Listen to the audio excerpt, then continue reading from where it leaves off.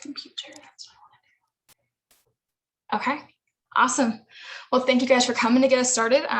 April has some icebreakers, some questions we're going to ask you to kind of get us talking, get us going. So April, go ahead and take that away. Okay. Good morning, everybody. And we have some polls going. And the first question is, what is your current title or position? Go ahead and respond.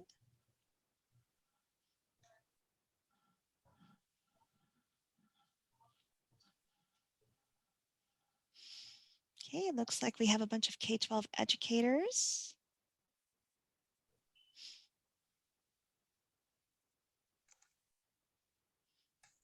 College, university student, and other. K-12 educators here too, so, and of course, college, university students. So let's take a look at the next one. We have a good mix. What's the next icebreaker is? Who is currently wearing PJs or sweats right now? Maybe on just the bottom half. Alexis is showing off. I love it. Just had to prove I'm legitimately wearing pants and a top. I got dressed just for you. No, not just for you, but I definitely so honored today.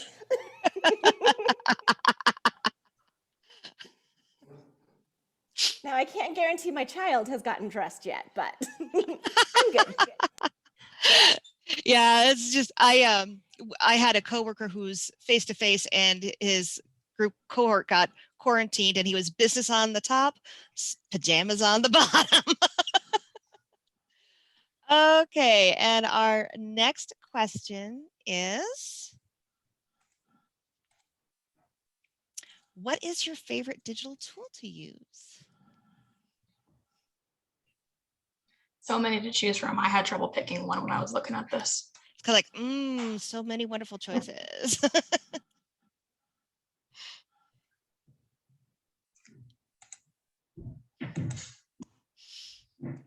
Okay. What are some of the others? I'm kind of curious. What are some others? Yeah.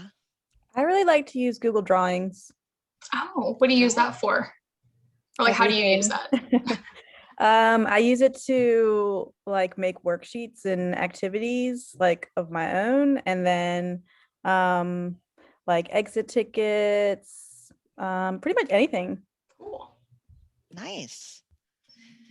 Any others out there? I was going to mention I like VoiceThread a lot. I've used it. It feels like a lot of university faculty like VoiceThread just because it's really about sort of dialogue and discussion online, and you can make it a video as well, and it's just usually pretty easy to integrate into our LMS systems like Canvas. So yeah, so I think it's good for a lot of our work.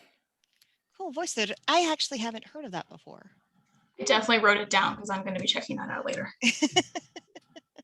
And I see someone chose Pear Deck. That is definitely one of my favorites, I have to say. So okay. All right, so that is our icebreaker. We're going to go ahead and get started. Let me get my screen and stuff together. I'm going to share with you guys right now the handout that kind of pairs with this webinar. So in the chat, I'm going to add it right here. So you should be able to open it up and view it if you would like as you're going through. Jot some notes down on the side if you'd like to, just kind of see, get an idea of what's going on. Okay. But that is there, and then I will send that to everyone at the end when you get your post-webinar email. I will send that in an email as well, so you can refer back to that later if you'd like, as would like. Okay, and today we are doing our webinar on Jamming with Jamboard, which is a really fun application, cool collaborative applications. And let's go ahead and get started. Share the link of the slideshow in chat in just a moment. Yep, that is in the chat as well. So if you want to open it up on your awesome. own window, it is there for you guys. Okay, so our webinar learning objectives for today, participants will respond to various content questions using the text box. They will respond to a content question using the sticky note. They will observe the setup of a Jamboard through Google Suite, and they will discuss how Jamboard can be used in different content areas. So why Jamboard, and probably what you're asking yourselves. Since the pandemic happened back in March and maybe even a little earlier for some other people, collaborating and learning online seemed to be very much like the weather. It was cold, it was resistant, people weren't uninterested, both adults and children. And facilitators of online education and even professional development were really struggling to figure out how to get people to collaborate, how to get people to talk, how to get people to interact with each other online in a very strange, not traditional setting. Teachers are still continuing to struggle with this. There are some that are figuring it out quicker than others, but teaching to blank screen seems to be the consensus amongst a lot of educators, and trying to make learning online more interactive, more exciting, less like the winter, more like summer. So what is Jamboard? Well, it's a digital interactive whiteboard. It allows for multiple simultaneous users at the same time. It allows for up to 20 whiteboard frames for multiple workspaces, and it can be downloaded as a PDF, so you can save those images and the work that's been done. There are several tools and features that Jamboard has. Among them are the pen feature, where you can choose different colors and write. There's the sticky note, a text box, background templates, and more. How can Jamboard be used? Well, use it according to your needs. What kind of learning environment or working environment are you trying to create in that moment? Do you want to do small group collaboration? Do you want to do whole group collaboration? Or do you want to see individual work?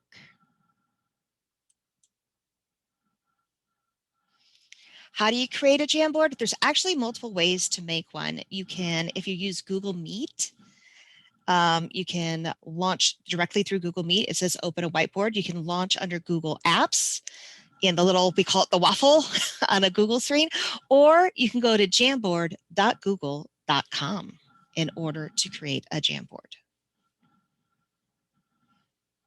The advantage of going to jamboard.google.com and setting one up in advance is so that it can be prepared for a lesson, or maybe you just want to do it on the fly, and then you can do Google Meet with that one, where you want a completely blank space where you start from scratch. So let's go ahead and practice. Click on the link in the slides to join today's Jamboard. I have also attached a link to this Jamboard in the chat as well, so you can click on that if you can't click on the screen per se. Give you guys a couple minutes to do that, no rush.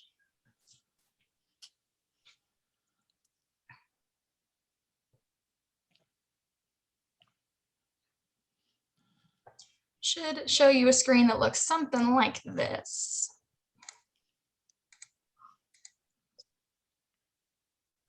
So I got a couple of slides I'm going to have you guys go through as we're explaining the versatility of Jamboard and how it's used in general. But we figured the best way to get us started is to practice, because practice makes perfect, as old saying goes. So off to the side, before we get started, I want to show you the features if you are unfamiliar with Jamboard. Off to the side here on this left-hand side of the screen, you have a sidebar right here. At the top right here, I'm using my lovely annotate feature. You have the pen feature. You can change colors, whatever pens you would like to draw in, you can use the pen feature. Beneath the pen feature, off to the side, we've got the eraser right over here. So if you're like, oh, I didn't mean to write that, or that drawing looks terrible, I'm going to erase it. If you don't want to draw or erase, the third option is just a regular cursor, gets you back to using your mouse. The fourth one right below that is a sticky note feature. So if you want to add a sticky note, it's a little bit more of a fun, creative way than just typing or writing with a pen. You can add a sticky note. There's different color sticky notes you can use, and you can change the size of those sticky notes as well. Below sticky notes, you have the icon image, the picture image. So as you're starting to do right now, add some pictures to the Jamboard if you would like, if that better represents what you're trying to say. Beneath that, third to the bottom, is the shape feature right over here. Add circles, squares, triangles, you name it, it's there. Text box feature is the second to last one. That's a terrible circle, I'm sorry. Just traditional text box if you want to add a text to anything. And then last but not least is kind of your laser pointer. So if you need to like get your audience's attention a little bit easier or quicker, that's how you would do that. So, all right, so go ahead if you haven't already, please let's practice on this first slide. So you're going to go off to the side, click on the image picture as April is showing us. And then you can either search for an image that describes how your day is going. You can look from Google. If you want to just find a general Google image, you can upload a picture from your device if you have a picture just handy on how you're feeling today. But yeah, go ahead. April's going to kind of help demonstrate.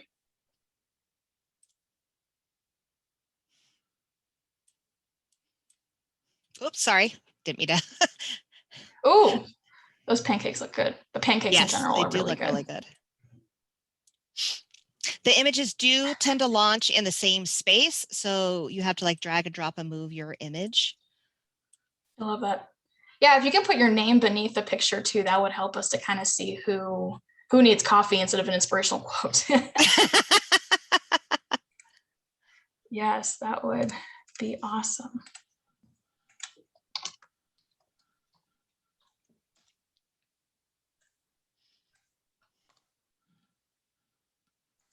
I love it. Alexis, were those pancakes as fancy as the ones in your picture?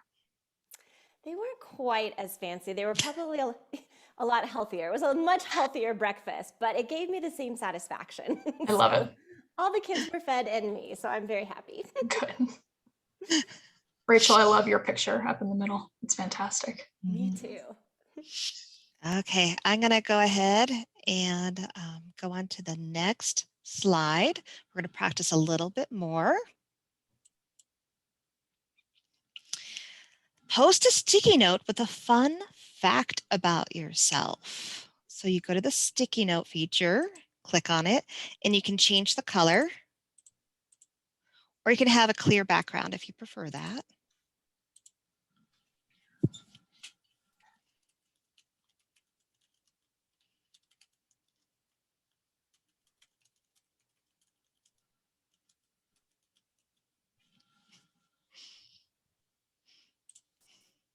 There's my fun fact. And again, these all launch in the same location. So once you are done typing and create that sticky note, you're going to want to drag and drop it out of the way.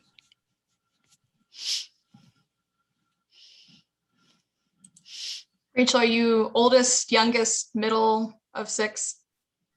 I'm the second to youngest. I'm the youngest girl. Oh, got it. Nice.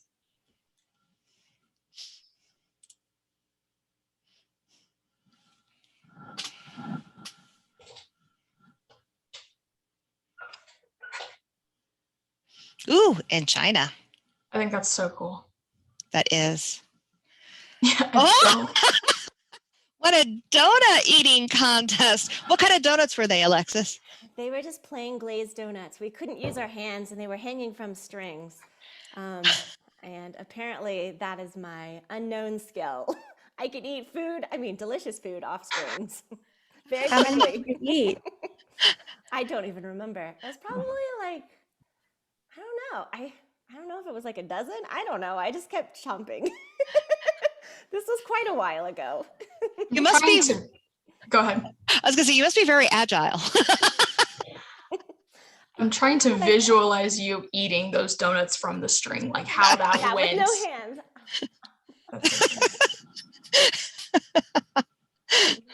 That is fun. Never been west of the Mississippi. Who is that? That's Stephanie? It just never happened or never worked out or intentional? I've never been to the West Coast. I've been all throughout Europe and I've never been west of the Mississippi River. I kind of want to come to Denver just to stand in front of the school that I'm about to graduate from, but no, I've never been. Well, at the very least, you need to come here to see the mountains. I know. That's what my dad said. He said it's really beautiful out there. It is. It is. So. That's awesome. You've got a whole like class of folks who would love to host you and introduce you to west of the Mississippi. So Yes. I was thinking about getting an RV and like driving there. You know, I'll be graduating in the summer, but there's no commencement. I was still going to put on my cap and gown, like take a picture in front of the school, drive all the way out there just to do that, and then come back. I think you should do it. That'd be super I cool. know. Totally. If you can, go through Rocky Mountain National Park or go to Pikes Peak, one or the other. It's just so. I've lived in Colorado for quite a while, and there's still some places in Colorado I haven't seen, but it's great out here. So. Or you can just like change your Zoom background and take a picture of yourself in front. I know, graduating like I'll be west of the Mississippi River.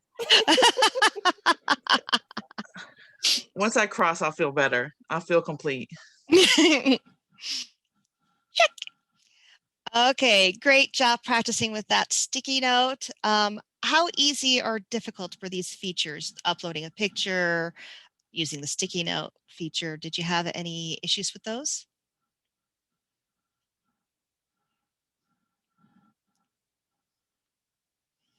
I'm seeing a thumbs up emoji. I'm seeing some pretty easy, good.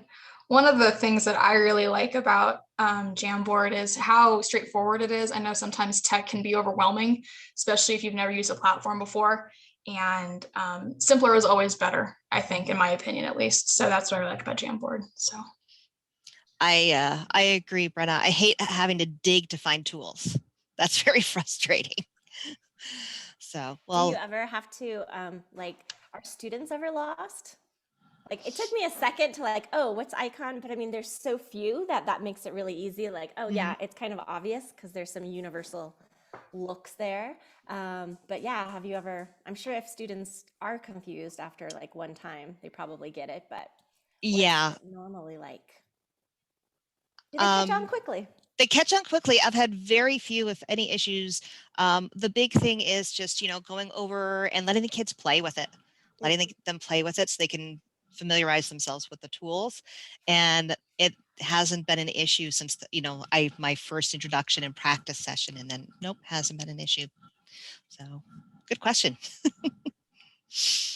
Okay, so let's go ahead and get to practicing in a content area. Science. So we're going to use the text box feature to share an example of an exothermic or endothermic reaction. And I included some information in case you're completely lost. Exothermic is a chemical reaction in which energy is released typically in the form of heat and light.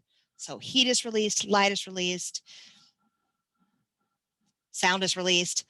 That's exo, kind of think exit, released, exothermic. An endothermic, I tell my students they have to take it in. An endothermic reaction is a chemical reaction in which more energy is needed, often in the form of heat or light, in order for the reaction to occur. It absorbs energy for the reaction to occur. So go ahead and take the text box. I'll give you some time to think and see if you can come up with an exothermic or endothermic reaction.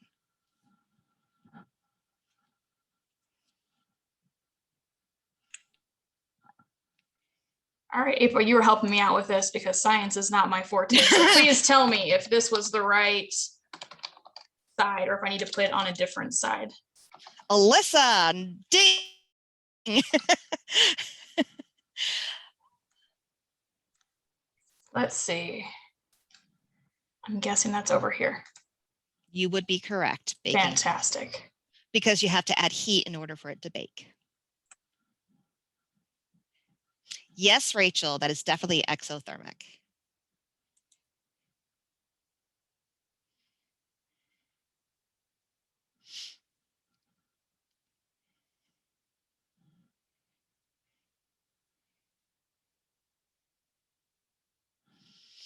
Well, water freezing, that is a great question. You're not certain.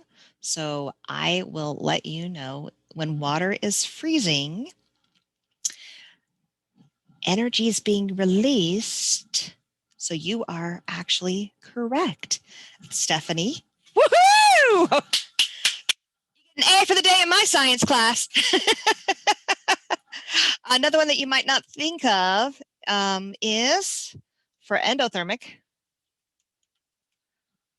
Let me move mine down here, my text box. Photosynthesis, because those plants need the light in order for photosynthesis to occur. That is an endothermic reaction. Okay, so my question for you guys is, how could this information be presented differently? What ideas do you have? In Jamboard or some in Jamboard? In Jamboard, yes. Okay. In Jamboard. Do you mean the answer or the question? What is another way we could use Jamboard for exothermic and endothermic reactions, for example? Well, I was going to say my brain is just like so, I don't know. I was just not thinking of examples. So I'm like, I just need you, give me some. And then I need to like, if maybe they were all listed out and we could go back and forth and like move them to whichever side we thought. That's exactly it. Yes, a sort. You could do a sort where they have to sort. You give some examples and they have to just sort them according to whether they're exothermic or endothermic. There's an example. Great job. Another that you might think of is students, instead of typing up their response, they could draw a picture of the response of the reaction, or they could find a picture online, do a Google image search online, and post an image of a type of reaction according to endothermic or exothermic. You could have it be, see this, we did it as, even though it's a small group, we did it as a whole class. We could have it be a small group where each group gets their own slide and maybe do a competition of who could come up with the most reactions. That's another opportunity, as well as you could do multiple slides for individuals or groups where, and then at the end of their work time, students could do a gallery walk of each other's examples and they can talk about what they chose and why. So any other ideas out there? I know this is kind of like right now. Any other ideas? I just really loved the instant feedback. I mean, I feel like you're doing this very often, April, because you just seem so in your element, but I like that it was very instant. Like the communication was right away. So if someone's putting something in the Jamboard, it really feels like you're in the classroom. So I like that. Yes, you hit it nail on the head. I'm very familiar with Jamboard. So, and I love that feature too. The kids can know right away if, oh, you need to make a little tweak here, or yeah, you're right on it. You got it. So it's really good for positive reinforcement and for adjusting instruction according to what you're seeing the students respond with. You don't have to wait until the end of class. You can see it right then, right there, right in front of you. And you can have students do discussions about it too.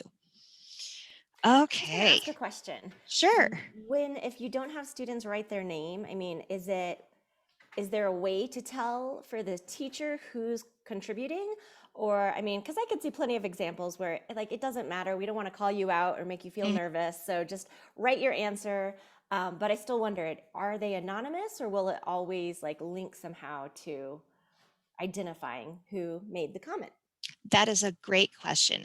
Unless you actually see them doing it or they include their name, there's no way of knowing who did it. But I'm actually personally okay with that, especially early on in the school year, because there's so many students who do not speak up in class because they don't want to be identified with their thoughts. Right. And that way they can put something and no one knows if they're wrong, who they are. And they won't feel that personal embarrassment of being called out for being incorrect. Yeah, so I think that would be really awesome. Just like, yeah, totally anonymous. Like, make your guess. yeah. And that's why I love it, because for me, it creates a very safe setting. I can see the different like logos. I can sort of see as they're typing, there's like a little teardrop shape and I can see sort of who's doing what in the moment. But when it comes time to when they're done and they've posted it, I can't necessarily tell, but it's still, even if they're afraid to contribute, they're still observing and seeing what other people are saying and getting ideas to help them come up with ideas as well to share. So Rachel asked in the chat, I read that there was an update that showed the latest changes, features. Have you seen that when your students log in? Can you see when your students are making changes, like the revision history? I've actually, I can't necessarily tell who did it, but I can definitely see that. I've actually used it just last week. So I could see who's doing what, but sometimes if students are like doing it simultaneously, it might be hard to identify whose was whose. But I've only used it once because it just happened. And so I plan to explore more with that to see who's doing what. Yeah, so if you go up to this on the screen, I've got the 3 dots at the top where you can share it. If you click on that, there's see version history. But like I said, unless they're like logged in like on their own account, so like you see my name pop up, it shows anonymous users besides that. So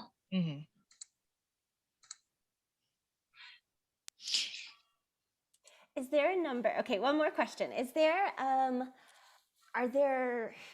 such a thing as your class being too big to make Jamboard work? Like there's too many people trying to type at the same time? In my opinion, yes, my largest class, I think, is 24, and that is kind of big. So typically what I do then is I break them up into groups and I assign groups a slide. So that way we have a smaller group working on one slide and then next, and I often will prepare it ahead of time and put the names of the group members on the slide so they know whose slide is who. I've not had any issues with kids interfering with other team slides. That's been awesome. So, but yeah, I put them I'll do group slides when the class is too huge. And then we'll go through and do like a gallery walk at the end so we can see each group's work. So,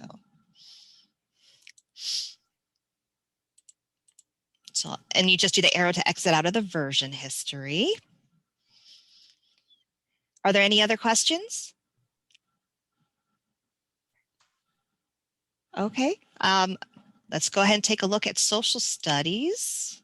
All right, so in a social studies setting, you could do something like this. Say we're introducing Revolutionary War unit, for example. Use the sticky note feature off to the side for me and type something that you might know about our first president, George Washington. Kind of gave you a hint on one of those facts, but just what do you know about him? What have you known since you've been going to school and studying social studies and history?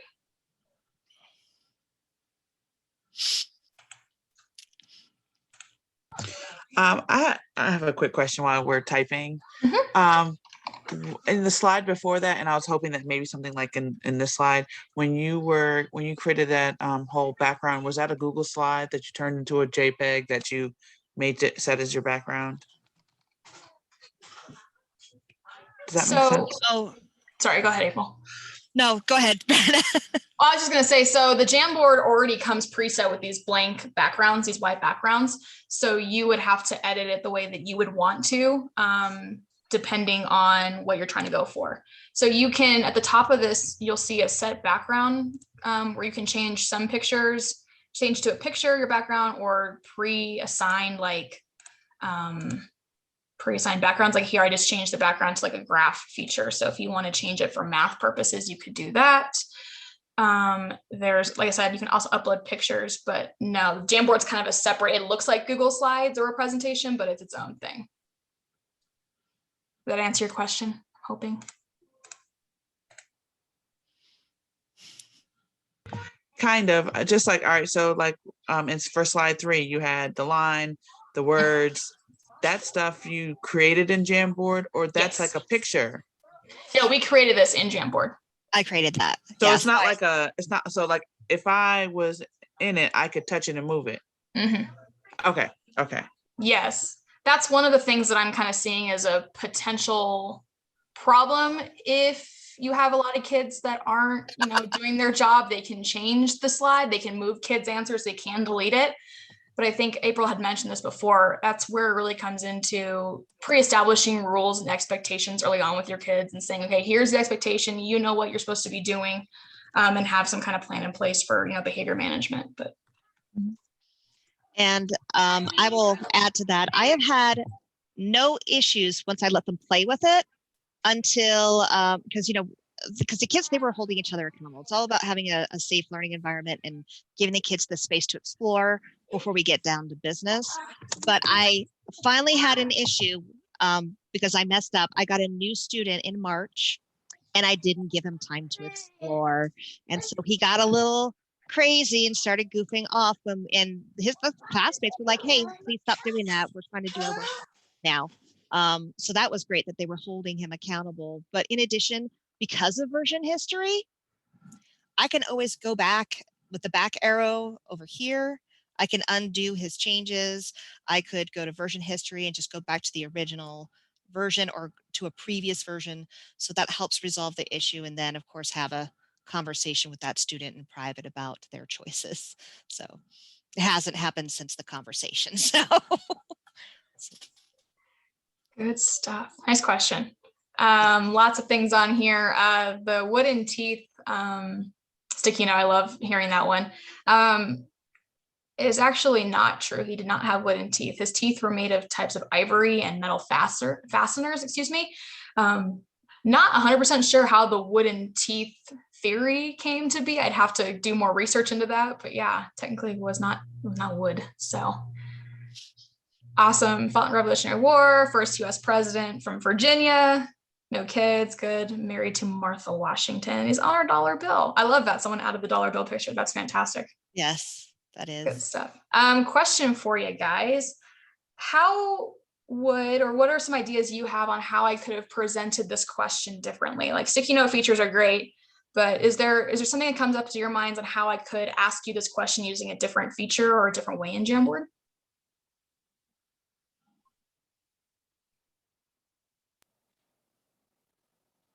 I started to think, well, I guess you could have had a bunch of sticky notes and then you could have asked us to like circle the ones that are true and X out the ones that are false. Cause I bet there are a lot of misinformation, like rumors that get started, like wooden teeth. One idea. Yeah, absolutely. When I was student teaching, I actually did something with progressive presidents. So it was a little different, but it was about presidents. And I took Woodrow Wilson, Taft, and Teddy Roosevelt, and I put them up on like a board, like a whiteboard in general. But for Jamboard, I put 3 pictures of one of each of them up on this slide right here, and I would have facts, and I'd be like, okay, drag the appropriate fact to the right president kind of thing. I definitely did that a long time ago, and that's something that I could, take from an in-classroom setting to a virtual online setting. So just an idea. Some different ideas, yeah. Is that something that you would do as a whole group? Like everybody doing that at once, dragging the facts, or more individualized? So I think to limit the chaos on a Jamboard online digital setting, I would probably do individual. I would just make one slide and duplicate it and have each kid have their own, put their name on top of it. In the real classroom setting, when I did that during my student teaching, I had like kids come up one at a time and move the spots from where they were on the board. But yeah, in a digital setting, I would say probably each one gets their own individual slide to limit chaos. And I'm just going to throw out another idea. So you could maybe preload a slide with a Venn diagram and break them into groups and have them compare and contrast to 3 presidents, or like Washington versus Jefferson, things like that. So that's another option you could do. Right. Yeah. We do have one other slide I wanted to add on just in case to kind of see some more versatility in different content areas. So language arts, for example, let's pretend that we're having a poetry unit.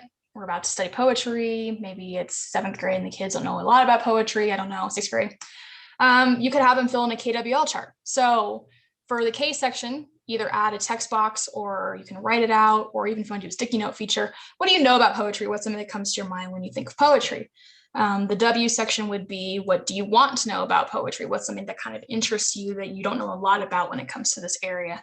And then we probably won't fill in the L section today because we haven't actually studied poetry, but you would fill in the L section once you have that. So go ahead and just fill in the K and the W sections of this KWL chart for us, please. Whichever feature you'd like, text box, pen, not picky.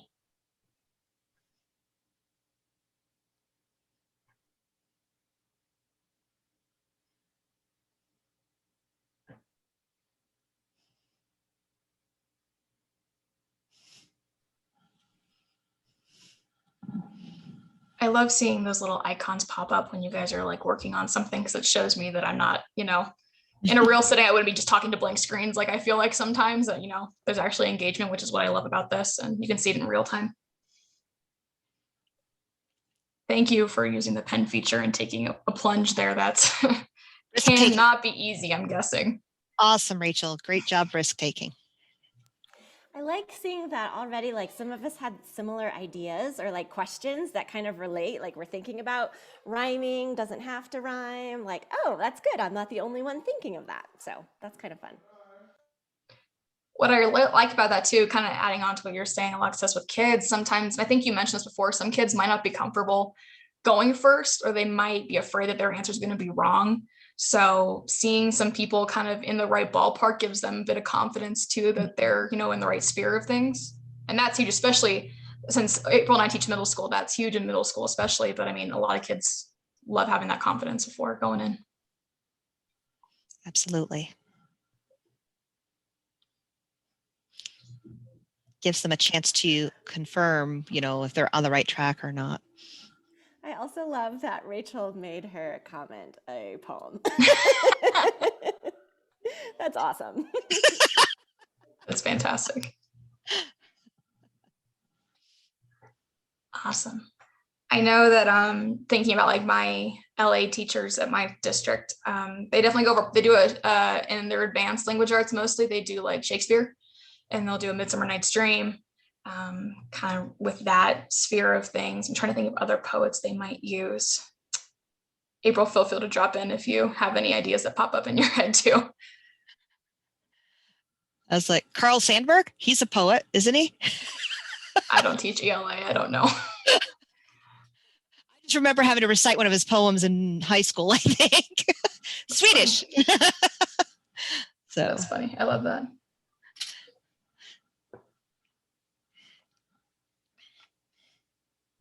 Oh, I like that.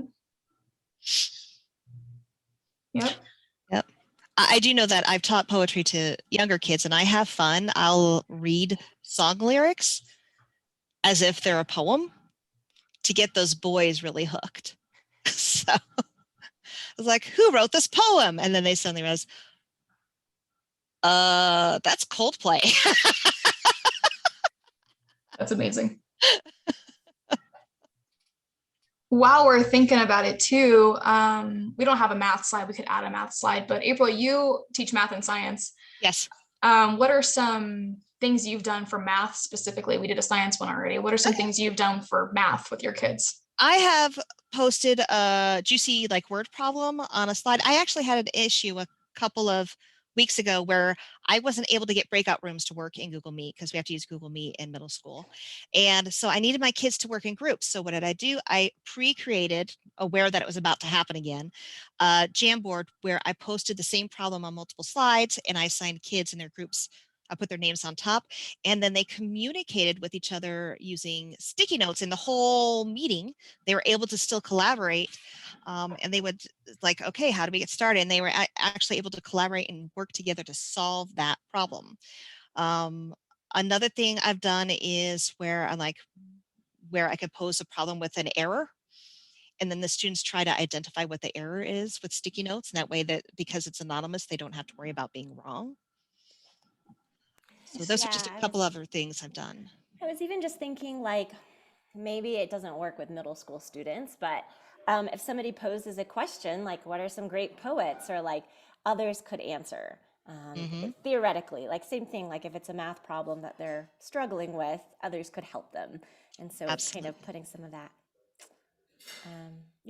empowerment in the students' hands. It's making the students do the work and supporting each other. So I would also imagine that even going simpler, if a math teacher just needs to be able to show the work or show how to work a problem out, it may not be as much engagement for the kids, but at least it's a way that the kids can visually see on their Google Meet or their Zoom call, hey, here's how this problem is worked out, kind of thing. I have actually created individual Jamboards for 20 slides, like digital whiteboards for each of my individual math students, so that if I wanted to see their work, I can look at their Jamboard to see their work and leave comments on it. So because I normally would use whiteboards in the class, well, now that we're online, I can't see their work unless they hold it up to the camera. Well, this way, and yes, there's a learning curve with getting good at using the pen or, you know, the text box and lining it up. But this way I can actually see their whiteboard and give them feedback immediately. I can comment on it so that they can make any fixes, or they say, oh yeah, I'm on the right track. And so each of my students has their own digital whiteboard for math class. Rachel asks, can they see each other? So April, if you assign them their own Jamboard, they can't go back and forth, right? I have it for safety, you know, personal, like academic safety purposes. They only me and the student can see it. If they wanted to share it with the class, I'd ask for them to, you know, their permission. They might sometimes share their work in groups where they're in a small group and they'll say, share their screen, and they'll show their whiteboard. If they feel safe to share with each other. But when it comes to accessing each other's work without, you know, if this student doesn't want that student to see their work, we don't have to worry about that because it's private between me and the student. It's up to the student if they're going to share it or not. So. Good. Any other questions or any other ideas that are kind of coming as we're working through this?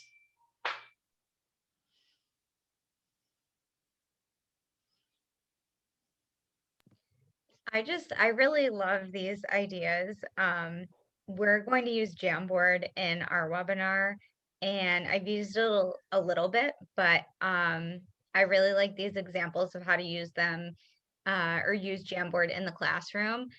I love using Google because it's so intuitive and it's so simple. Like everything Google, you know, creates, it's easy. So obviously, like, it was very easy for me to pick up on how to use Jamboard, but I feel like your examples of how to use it in the classroom is really great. Like it's something I haven't had the opportunity to utilize yet. So I think for the future, this will be great for me. That's awesome. I love that. It is. Yes. That's why we did this. That's wonderful to hear.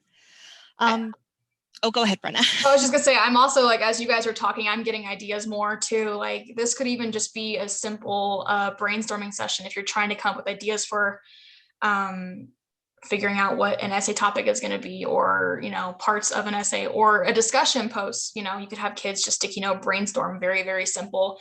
Doesn't have to be super far ahead of planned. So just a lot of versatility with how you can present information on Jamboard, which I really, really love.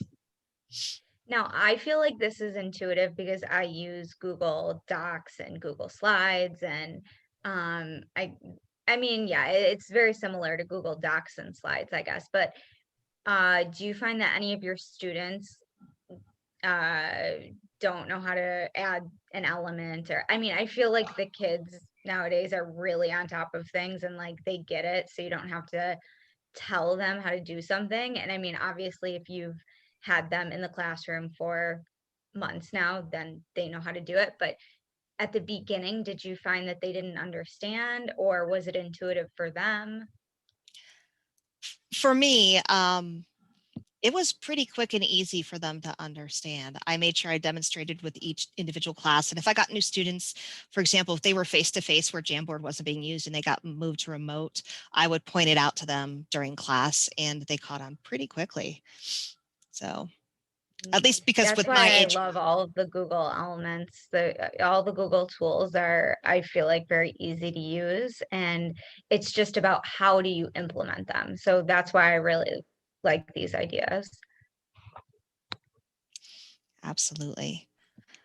So I think when you're wrapping up a Jamboard too, what's a nice feature is that the kids can go back in later and view the Jamboard if they really, really want to. But I think from experiences and what April's kind of shared with me, how much she's used it, because she's used it a lot more than I have.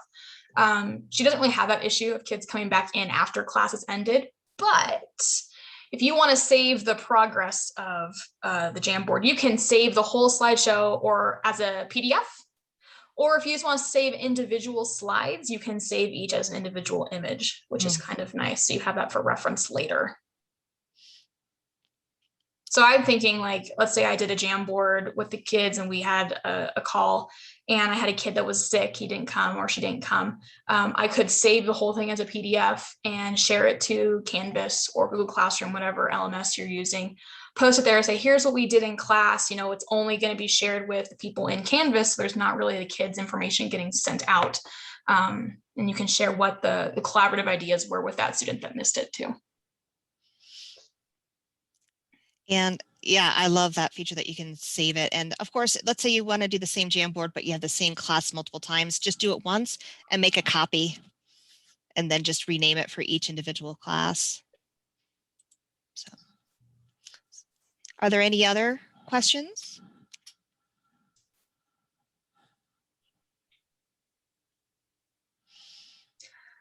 I was going to pose a question to you guys if you didn't have any for us right as of right now. But how could you see yourself using this in your own setting, whether it's a classroom setting or professional development?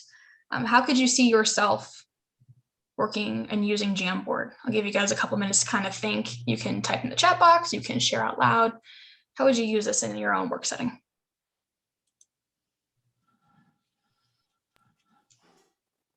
I'm just thinking with like a lot of faculty trainings, that it's nice to either like use it as a place to put questions or to put ideas, because so often, just like in something like this, we have different, great ideas that we bring with us, and we're there to learn and hear ideas from others.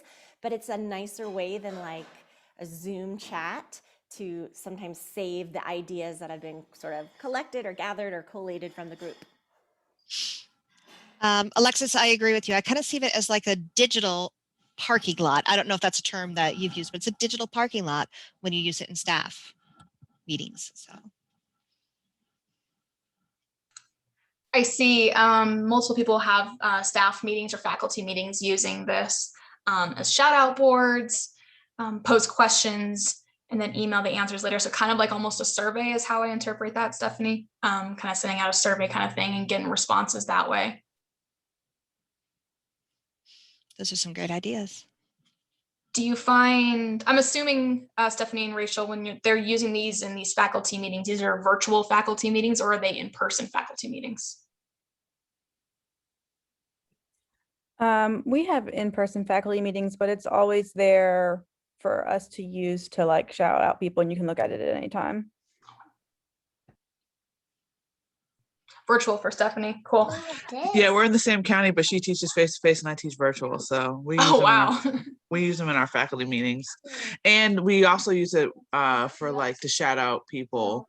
But then I don't know, it got to be too many slides. I was like on slide 11 trying to like send a heart to everyone's little message, and I got tired. That's funny. I will share what we just did this week. We use Jamboard a lot in our PDs at my school, and we have to do virtual meetings per our school district. And we were doing a professional development on questioning levels, DOK levels. And so we were given on one slide a list of questions. And then the remaining 4 slides were, is it level 1, 2, 3, or 4? And we had to sort the question number. Like, okay, questions 2, 3, and 4 were level 1, and so we had to actually sort them. So it's kind of like we were the students and the trainers were the teacher, but we actually had to go in and sort the questions according to, on different slides, post which questions were which DOK level. So that was, and we worked in small groups. So I had a team of 3. And it was a good way for us to then discuss about it after we came back and we talked about what we chose for what and why. We had to, share our reasoning. So Nice. Alyssa, I love that it sounds like you're really excited about the potential use of Jamboard, even if you can't really use Google or these features, where you're at right now. But I'm really excited that you're excited about, the possibilities that you have with it. That's really awesome. Yes, that's great. Oh, I'm so excited for future tool suggestions, because in China they don't use anything Google related, and actually the kids don't even use their own computers at school. So it's like very old school in that way. And there are just so many tools that they're missing here. There's so much potential, but they're a little bit old school in some of their learning methods. So that's why I love like a few of the suggestions for tools that are off of Google, because Google's restricted here. But yeah, in the future, I think when I'm working in the US, I'll definitely use these more. But yeah, and actually I thought I thought Zoom was banned, and that's why I always used my VPN in the past, but turns out I actually can use Zoom officially. So Yay. Woohoo. yeah. No laws are being broken. Oh, we should change your name just for Yeah. security. I it's crazy. So before Brenna and I say goodbye, do you have any other things you'd like to share? Do you have any other questions?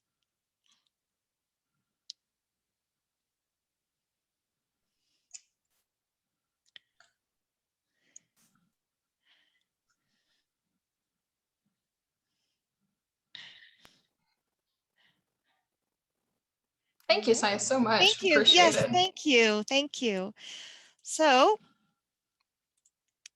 thank you. And you should have access to our slides. So if you want to email us or visit our websites to find out more about us and the things we are doing in our profession, feel free to reach out to us. Thank you so much for attending. Thanks, guys. I will be sending a post-webinar email very shortly. It will have access to the slideshow that we went through, the Jamboard that we all collaborated on, as well as the handout that I referenced before at the beginning of the slide, and then a survey at the end. If you don't mind filling out that survey, that would help us a lot. Kind of gives us an idea of what we did good, what we could do better, things like that, some new ideas and new perspectives. So thank you guys so much for your time. Enjoy your weekends, get some rest. Enjoy the weather, the sunshine. Yes. Woo! Yesterday was gorgeous here in Colorado. At least I don't know how it is in Virginia. Yeah, how's the weather out east? Is it good in China? Today the skies were so blue, it was sunny, and when the sky is clear, it just makes everything that more amazing. That's awesome. That is. Very happy about that. Thank you, guys. Thank you. You're very welcome. Bye. Thanks, guys. Appreciate it.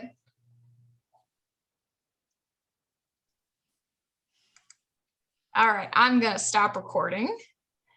Brenna, you rocked this.